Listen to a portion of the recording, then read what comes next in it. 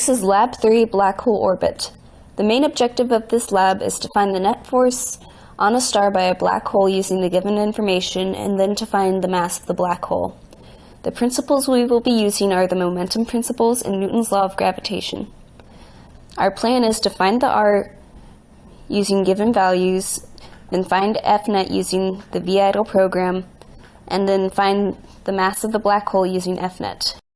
The mass of the black hole was found to be 3.5 times 10 to the 31 kilograms. Assumptions are that the black hole is the only force acting upon the system. Newton's universal law of gravitation is that the net force is equal to negative gravitational constant times m1 times m2 over the magnitude of r squared times r hat. By rearranging this equation, we can find the mass of m1, which in this case will be our black hole. R is the distance from the star to the black hole.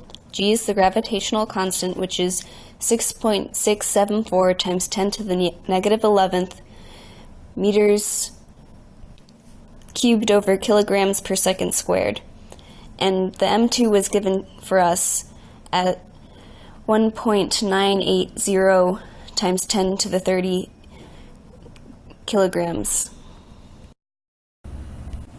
Since we know that the change in momentum is the net force times the change in time, we can rearrange the equation to make it so that Fnet is equal to delta P over delta T, or Fnet is equal to dP dt. And delta V are found using the code in this slide. Fnet is also equal to F net parallel plus the Fnet perpendicular.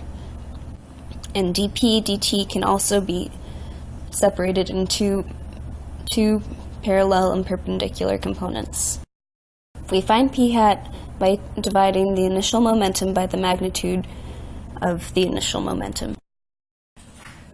Then we take the change in the magnitude of momentum over delta t and multiply it by p hat to get dP dt parallel, which is equal to Fnet parallel.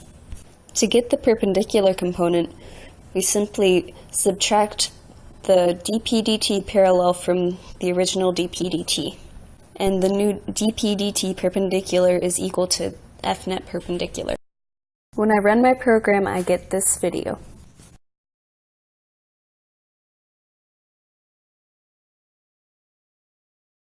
The green arrow represents the Fnet perpendicular, the blue arrow represents Fnet parallel, and the orange arrow represents Fnet, which is always pointing towards the black hole.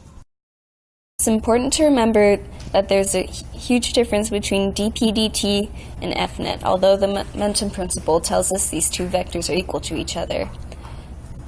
The reason the momentum principle is so important is that it links two very different things.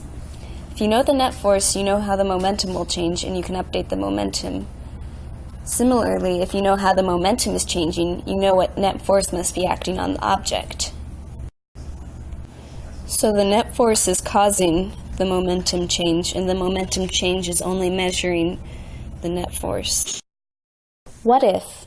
Imagine the black hole whose mass you found was removed, and a different black hole was placed in the same location. Assume the motion of the observed star remains unchanged and is affected only by the gravitational force of the new black hole. Could you tell the difference? The answer is no. If the R remains unchanged, that means the Fnet is still the same as it was before, and there is no difference in the new mass of the star.